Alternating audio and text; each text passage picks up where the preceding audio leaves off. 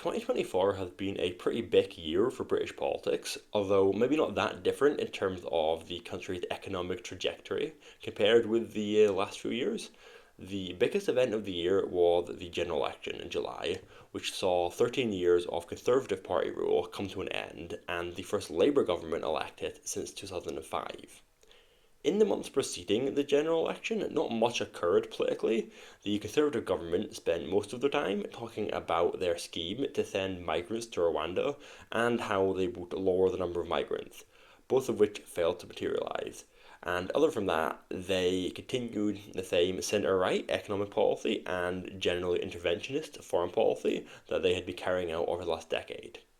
During the same period, the Labour Party took a hit due to their support for arming Israel and also a general lack of enthusiasm towards the party, especially among Muslim and young voters, with the party losing a by-election in Rochdale to the left-wing pro-Palestine candidate George Galloway, and then losing the following local elections to pro-Palestine candidates in several regions in England. The general election result in July, as I mentioned, it was the biggest news of the year, and in some ways it was actually quite unprecedented.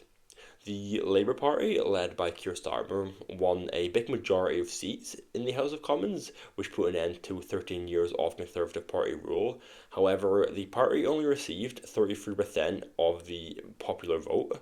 In fact, 500,000 less people actually voted Labour in 2024 than in the 2019 election, which was near universally described by the media as, quote, Labour's worst election result in history.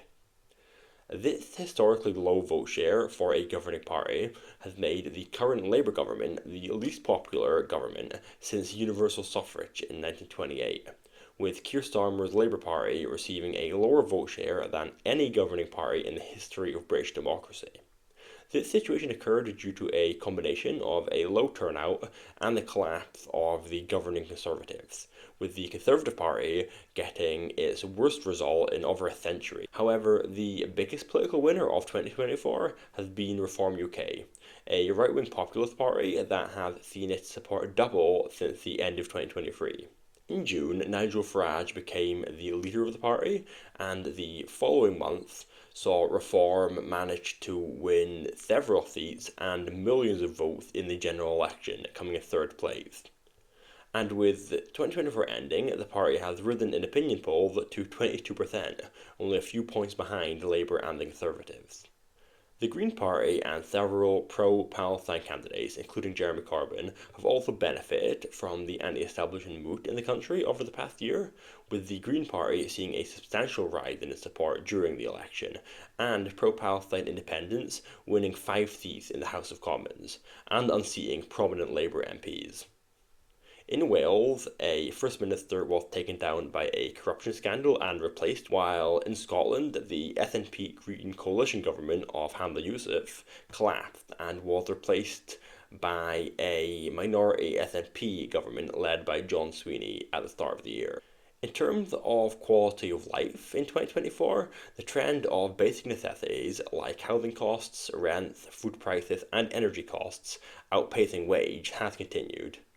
Particularly notable have been the country's very high energy prices when compared to the rest of Europe and North America, the high number of young people out of work due to long-term illnesses, and the continuation of the declining quality of most of the country's public services, including education, healthcare, and especially social housing and services run by local councils. This context was largely behind the historically low vote share for the main two parties in July's general election. On the new Labour government, the major changes enacted in 2024 have been in their first budget, which was mostly made up of a set of minor tax rises as well as an increase in national insurance tax for employers, which is like basically the tax companies pay based on the number of employees that they have. With this tax revenue, the government substantially increased NHS funding, but failed to increase funding for much of anything else.